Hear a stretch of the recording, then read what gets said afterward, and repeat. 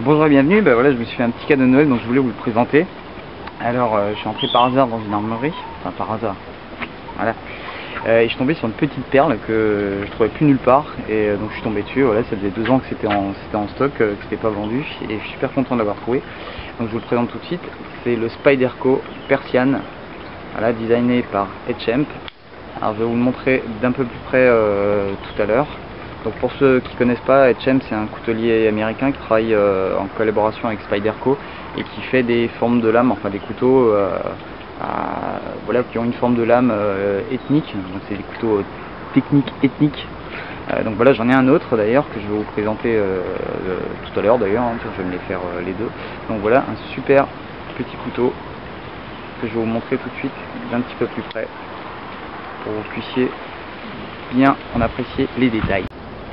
Donc voilà le fameux Persian de chez Spyderco. Donc déjà on va commencer par le mesurer. Là on est sur une dizaine de centimètres de long fermé. Une fois ouvert on arrive à 17 cm et demi, et là on a une lame utile qui fait environ 6,5.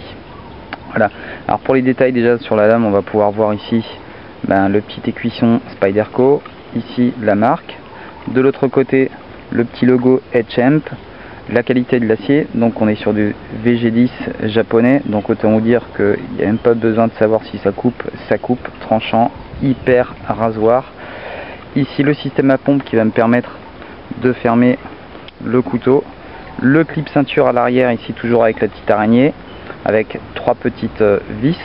Donc c'est un clip ceinture qu'on va pouvoir enlever mais pas forcément pouvoir on va pas pouvoir le changer de place. Donc c'est vrai que moi j'aime bien l'avoir dans le sens de la marche puisque je suis droitier. Si je le porte à la ceinture, là ça va vraiment être plutôt pour le porter à l'intérieur d'une poche, pouvoir le sortir pour l'utiliser comme je disais dans le bon sens, dans le sens de la marche.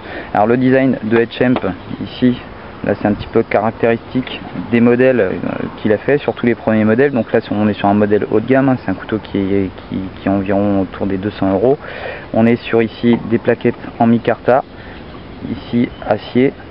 Les finitions c'est au poil de cul, donc là vraiment, donc c'est un couteau qu'on va pas pouvoir démonter. Donc normalement vu la qualité il ne devrait pas y avoir de jeu dans la lame, même si on l'utilise assez fréquemment. Alors ce qui est assez caractéristique des couteaux de Etchamp, c'est que c'est souvent, enfin c'est toujours super bien étudié au niveau de l'ergonomie du manche. Donc on peut voir ici, voilà, j'ai pas des mains énormes, mais là on va pouvoir vraiment ici bien le tenir dans vraiment plein de positions. On va pouvoir ici se rapprocher pour pouvoir effectuer des coupes un petit peu plus précises. À l'arrière ici on peut voir, voilà, le petit passant pour la paracorde. Donc voilà un super couteau, un super design de chez Etchamp que je vous présente là. Alors maintenant il existe le Persian 2, le Small Persian qui est un peu plus petit, avec des plaquettes en G10 texturées. Alors il faut savoir qu'ici je me suis rendu compte d'une chose, c'est que c'est vrai que c'est un très beau couteau, etc. Le fait que les plaquettes soient en micarta et qu'ici toute cette partie est complètement lisse, ça va, voilà, on va forcément pas avoir un super bon grip. Donc en imaginant qu'on ait les mains un petit peu humides, vu la taille du couteau fermé, on risque d'avoir un petit peu dératé. Voilà, si on a les mains un petit peu moites. Enfin, sinon voilà, c'est vraiment pas un souci au niveau de l'ouverture, de la fermeture. C'est vraiment un couteau voilà, au top.